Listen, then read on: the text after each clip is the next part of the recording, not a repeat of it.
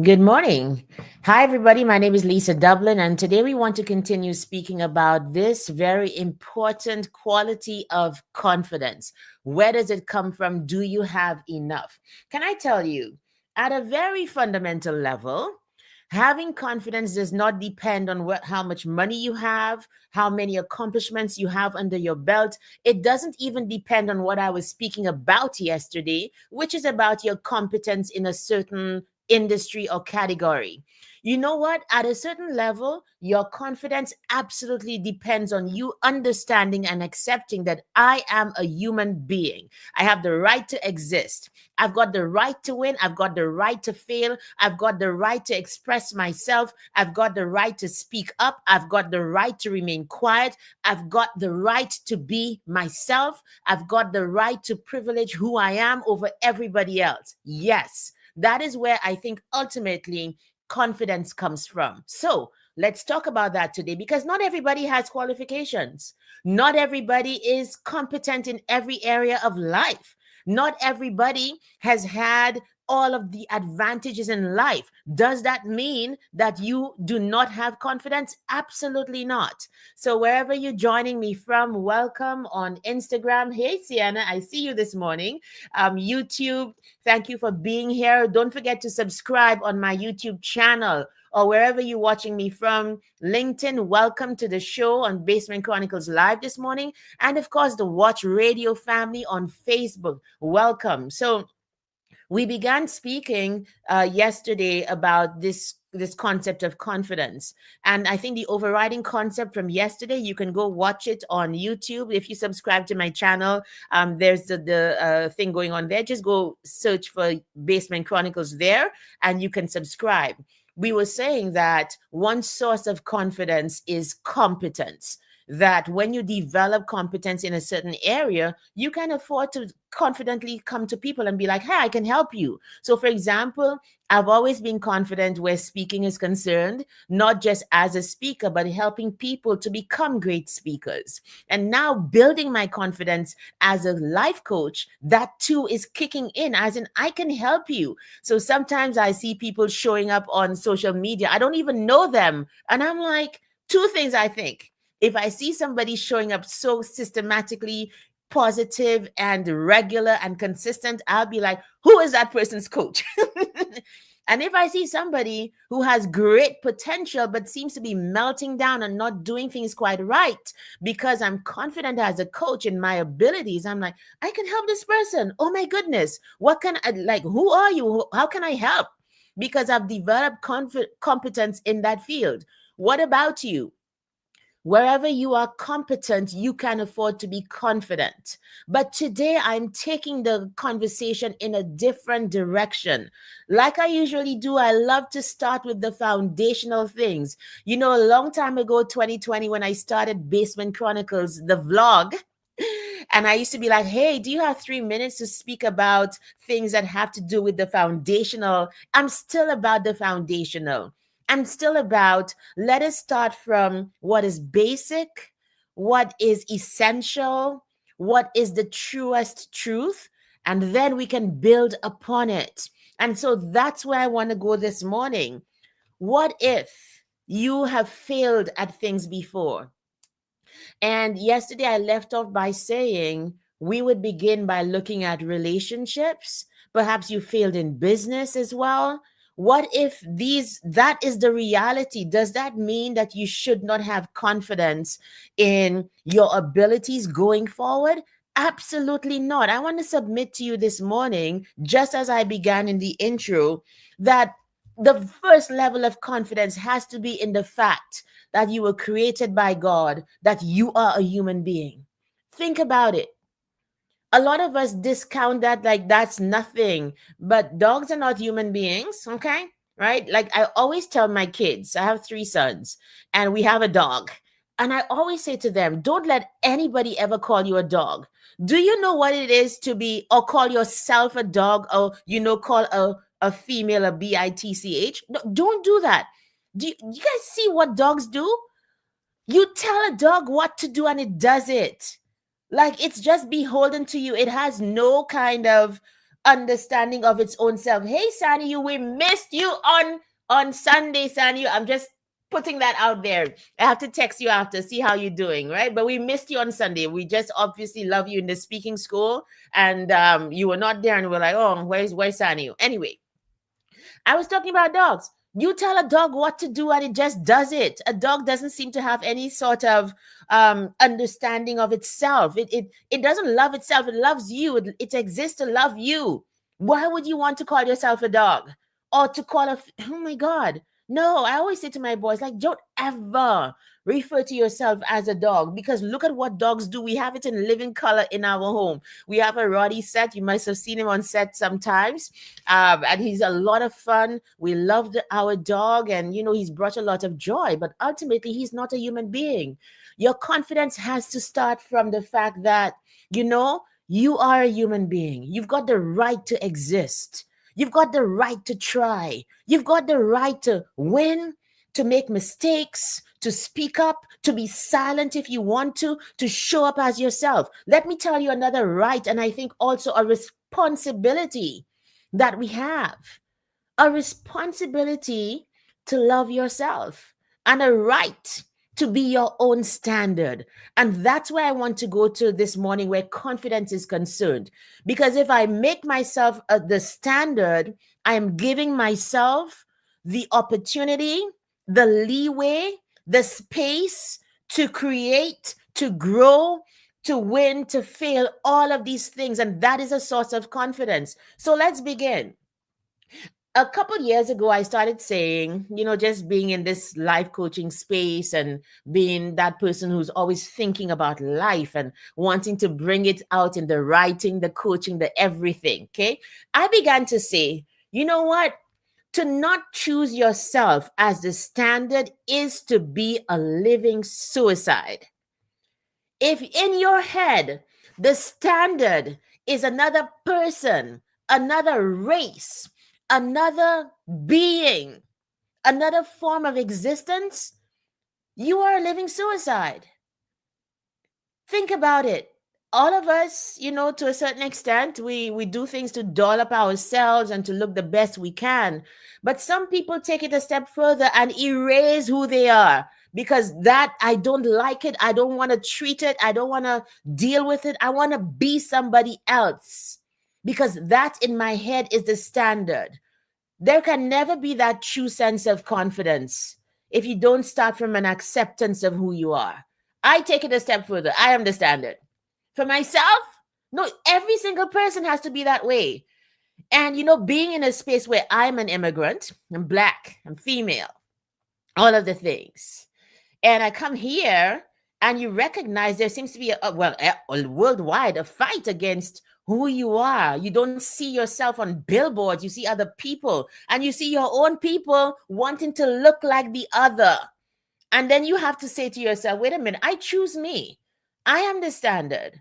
There's a deep sense of confidence in that when you show up, you don't show up trying to love yourself. You show up from a deep appreciation and liking of, this is me. All right. This is the standard of beauty, the standard of ability. This, I have to accept myself. If you start from there and you do that work every single day to look in the mirror and say, hey, I love you. You're the standard. It doesn't mean that you don't work on yourself. It doesn't mean that you put your head in the sand and be like, I'm fine the way that I am. I don't need to change. I don't need to get better. No, that's not what I'm saying this morning. I'm saying, for me, I began to say a couple years ago, it's not just that I love to be Black. Are you ready for it? I prefer to be Black. That prefer is not a slight at other races, at other people. It is a celebration, a wholesome celebration of who I am. And when I say this, when I go give talks at ERGs and I go to schools that are multicultural and multiracial, and I'm saying this in the midst of everybody, white teachers, Filipino teachers, Black teachers, I prefer to be Black. I follow it up with, whatever your race is, I hope you prefer to be that. Because to be anything else is to be a living suicide. How are you going to make it? How are you going to absolutely accept yourself and show up as yourself and be in love with who God made you to be, the face, the hair, the lips, the body. This is you. It has to be your standard. That is survival. And when you come to that realization, you move from survival to now thriving on top of who I am, not in spite of it. Does that make sense, anybody? I hope I'm making sense here this morning, because that is where confidence comes from. I just simply accept myself. You know that phrase, that quote that I always mention. I always bring it up because it has resonated so deeply with me, from somebody who coaches me from afar. He doesn't even know I exist. But I heard him say once on a podcast, that is Carlos Quinney, and he's part of the S2S podcast family. He's actually the person who is the mastermind behind Eric Thomas, the mastermind behind the 9 to 5 Millionaire, the mastermind behind Toby and Gwigwe right now. And he said, when you see somebody who has the it factor, it's usually because they are fully comfortable with who they are, or something to that effect. When you see somebody who has the it factor, it's usually because they are fully comfortable with who they are. Not that I don't want to change, not that I'll not take a haircut, not that I won't enhance what I already have, but I'm not working against myself to be different. I'm enhancing what I have because I already appreciate it. Does that make sense? And because I'm comfortable with who I am, I can step out and do new things. I understand just as I am, that elemental, essential part of me, how God created me, it is enough. Say that to yourself. I am enough. I am enough. What does that do for you when you say something like that and believe it? I am enough. I don't need to be anybody else to be successful. I don't need to look like anybody else for me to take a world stage or to stand up and speak. I've got the right, just as I am, to have an opinion, to be treated with respect, and to give respect. I have a right, just as I am, to have a voice. I have a right to disagree with people. Yes, I do, just as I am.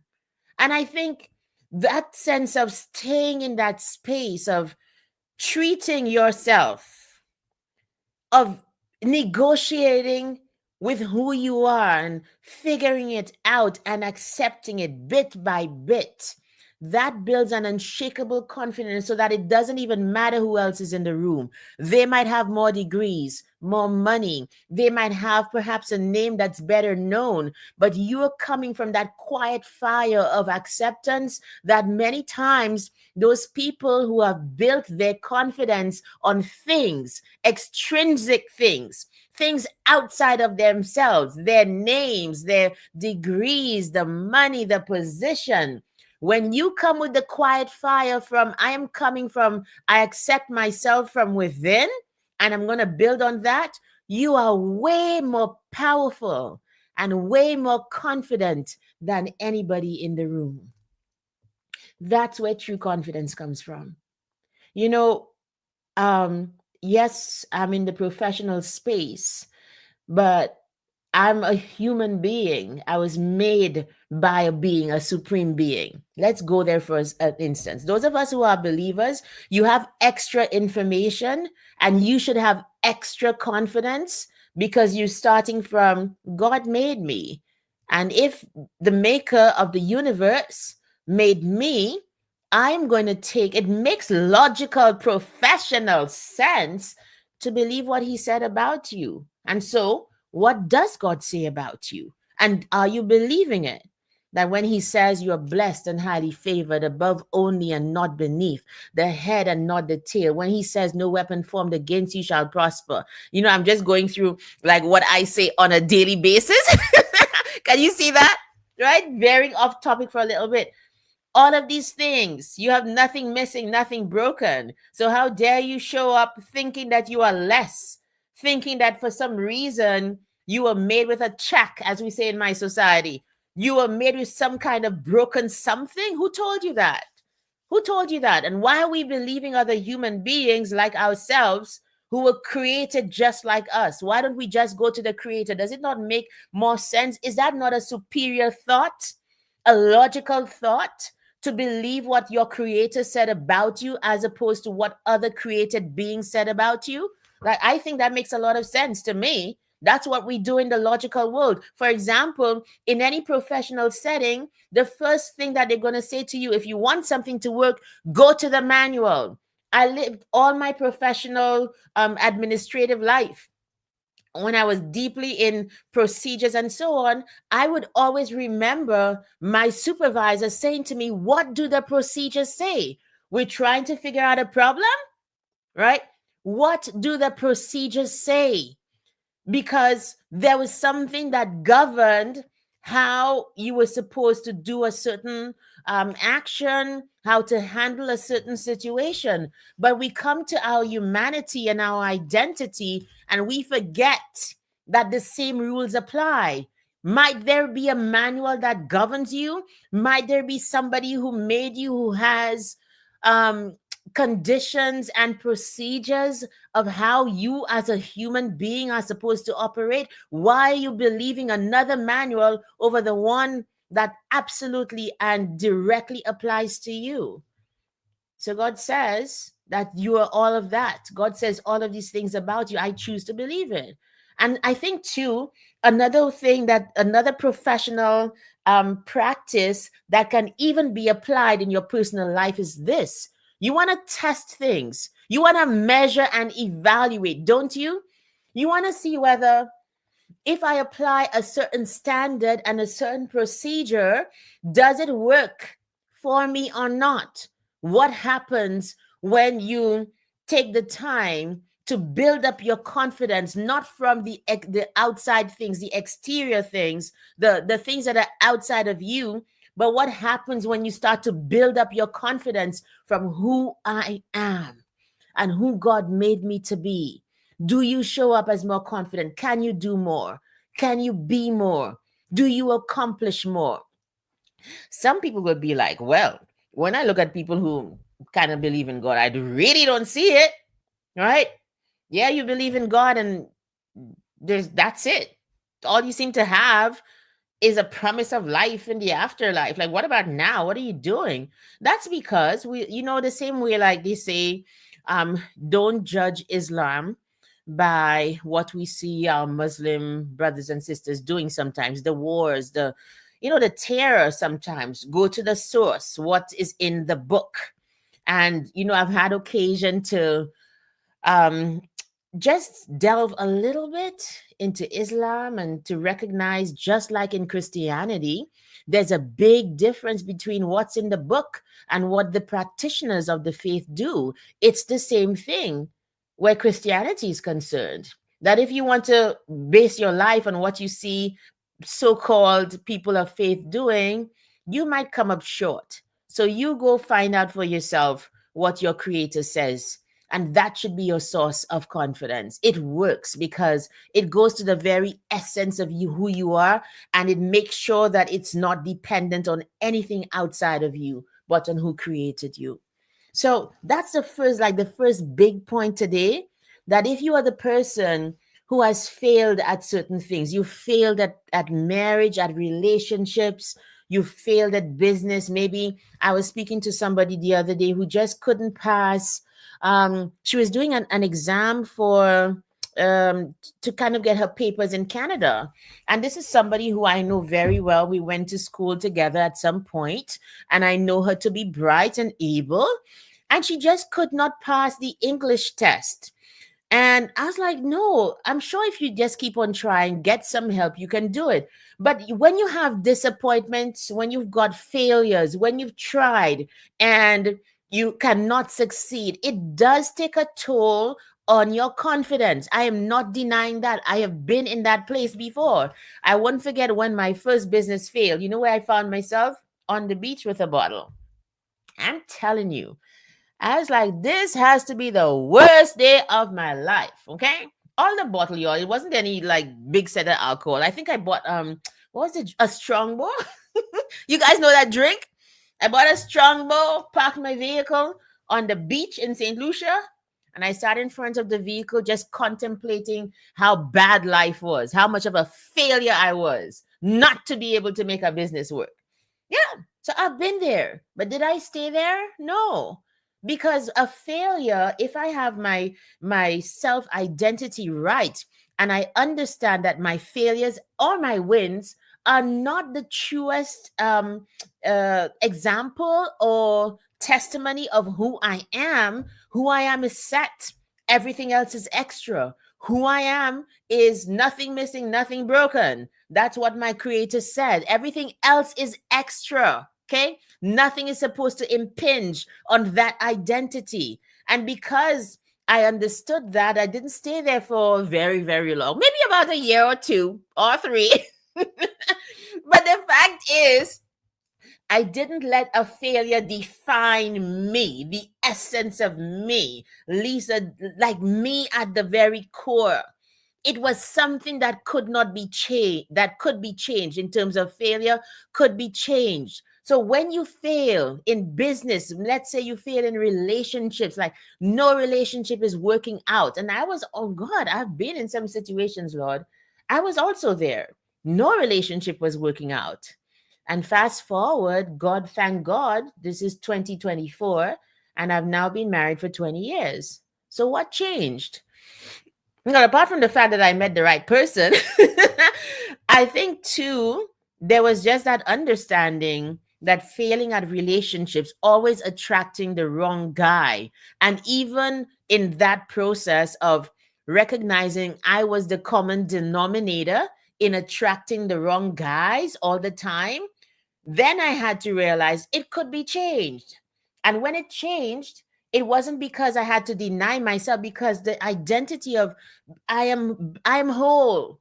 I'm whole. It's just that I needed to change certain things about how I saw life and who I thought I was. My self-esteem needed to go up. I needed to see myself as attracting a certain kind of person as opposed to somebody else. All of these things, I began to do that work. And that was all the way back in university. Began to do that work, because if I was the common denominator in attracting all of these bad relationships, maybe when I change certain things about myself, I could become the right denominator, the common denominator in attracting the right kinds of people around me. And that's what happened. It didn't mean that I denigrated myself, I berated myself, I said that I was nothing, because that kind of thinking makes you become nothing, makes you become even less than you already are, and accept less than you already accept. So you have to go the opposite direction. When I have disappointment, when I have failure, I've got to separate my essence of being nothing missing and nothing broken. I have to separate that from the failure. The failure is outside of me. Whether I fail or whether I win, I am still that person who's a person of value. That's absolutely important to do. Yeah, I'm on fire this morning because you know what? This lady died recently. She died this week, Nikki Giovanni. And to tell you the truth, you guys, one of the areas really been thinking about, is it's Black women and how we look at ourselves, right? I said I would not say anything too much about it, but I am struggling with it. Okay, I don't have answers for how we look at ourselves. I don't have answers for I don't have answers for the state of beauty and fashion right now. And I'm like, all throughout the 60s, the 70s, throughout the civil rights movement and beyond, we had agitators for Black beauty and standing up for who you are and loving yourself.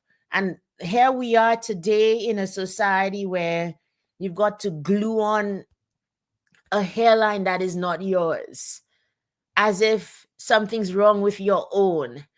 And I expose my own biases when I speak about that, because one, I haven't totally thought it out. And I'm like, Lord, help me here. My biases are, to have my hair and to love my own self. But that too is suspect and perhaps in a sense hypocritical, because I still put products in my hair. And there's still, I talk about my hairline. I don't want anything to kind of take away from my essence. But yeah, but my hairline shaved. So how then do I show up and critique another Black woman who perhaps is wearing a wig and all of the things, because it's just easier for her as it is for me to keep my hair short? So I'm exposing my own biases up front. But here's the question that I think can be a deciding factor in me going forward and speaking about this. I mean, even writing poetry about it is, without the paraphernalia, without any products in my hair, without, if I'm just natural, if I put on a wig and take it out, do I feel different? Do I feel as worthy? Do I feel that my very essence is exposed and that is okay? Or do I need all of these attending pieces and additions to just even make me feel equal? And if that is the case, then we have a problem. Then we have a problem. I want to leave that right there because it really is an unprocessed thought at this point. But suffice it to say, you've got to bet on yourself. Your sense of confidence has to come from you making the decision, however you look, however you feel, whoever you are, to choose yourself as the standard. To say, you know what? To be anybody else is to be a living suicide. It means I'm going to be denigrating and denying myself and killing off who I am in the pursuit of somebody else. Have you guys ever heard the saying that, might as well be yourself because everybody else is taken? That you can only be the best version of you. If you try to be a version of somebody else, you are going to end up being what they call a pastiche. A pastiche is a fake. A pastiche is a knockoff. Okay? You don't want that. Spend time with you. Spend time loving on you, savoring who you are. You cannot be disgusted with yourself no matter what you do, no matter who you are. You have to choose yourself first. And in doing that, it means I take a good look at myself, good and bad. And I'll be like, all of that is in the mix. It's okay. At a very foundational level, I accept me. I'm going to work on what I need to work on. And I sure I'm going to celebrate what needs to be celebrated. I choose me. I am the standard. This nose is the standard. These eyes are the standard. This hair is the standard. Let's go. And you know what happens? Two things can happen when you do that. There will always be people who will be like, who do you think you are? And the entire lives and the entire ignoring of you is for you to come to their side in their opinion of you. And so the more you pursue loving you and showing up in love with yourself, now, yes, you do all the things for beauty and so on, but there's a fundamental joy. And this is my body, my face, my hair, my soul. This is me. The more you show up, and the more these people come up against, oh, here she is again, another video, like, what is wrong with this? They're going to either fall off because they cannot accept that you accept yourself, or they're going to just get on the program. Because the more you love yourself and show up in love is the more you're saying to the world, love me or get out. No, I'm not changing to go to your point of view about myself. That is suicide. To agree with somebody else's opinion of you against yourself. Think about it. We do it all the time. All the time. We go to people who don't love us, people who don't appreciate us. We agree with their standards that go against who we are. You cannot afford to do it. Make it a goal in 2025 to be the person who loves himself or herself. I hope that's your goal. You guys, like in 2025, and let me just show you very quickly. I will be having from January, we're starting. Look at this. It's called the Winner's Circle. I find that looks a little girly. Don't y'all find? Like it looks like, oh my goodness, I need to kind of change that. Okay. But the Winner's Circle would be a group I'm putting together where we are going to work on ourselves on a monthly basis. One goal for the month. In January, if you want to get in, it's absolutely free. You can come in for the 30 days and experience what it's like. I'm going to drop the link in the chat and maybe go in afterwards and put it. But you can go to my website and you can literally sign up there. Let me just put the site here: www.lisamdublin.com/winner circle. If you go there, you can sign up right away for the winner's circle. And what we are going to be doing is there will be accountability, motivation, videos, leaderboards to get us in tune and motivated to do the thing that is the topic for the month. We are looking at fitness, on building an exercise routine in January. So you want to be in that circle, okay? You want to be there in the winner's circle. We meet every Sunday for 1 hour only for group coaching, and then you go off during the week. You do your thing. So I'm going to show you how to tie your values to become and to get the habits that don't come naturally to you. I'll show you how to tie them to the values that mean something to you, not me. I've got mindset. I know why I work out. So we're going to look at strategies for measuring, evaluating. You're going to get moving. If you are a couch potato, you need to get in the winner's circle. If you are that person who's looking for motivation to be in a community of people who are doing great things, also get into the winner's circle. And that way, then you'll be able to access the live coaching on a Sunday and get ready for the week. 4 weeks in January.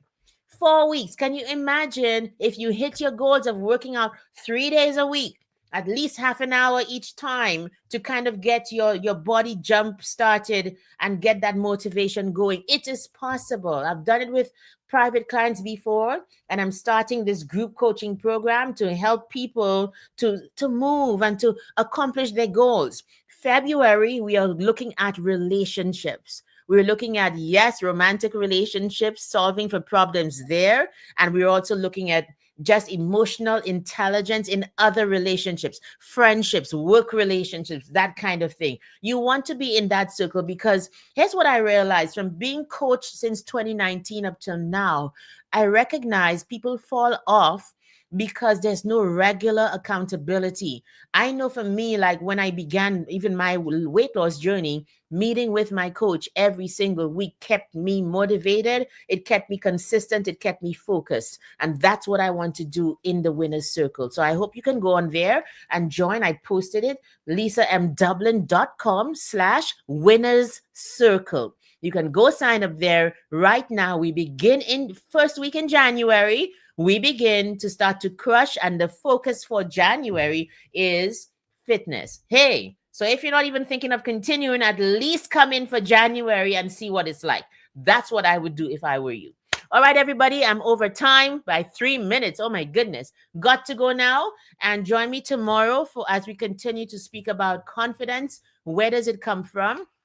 And lastly, how to cultivate more confidence in your life. Please let me know if this was helpful. Send me a DM, send me an email. It would be nice to know that this really did impact you this morning. Thank you so much, and I'll see you tomorrow, 6 a.m. MST, right here on Basement Chronicles Live. Bye, everybody. Take care.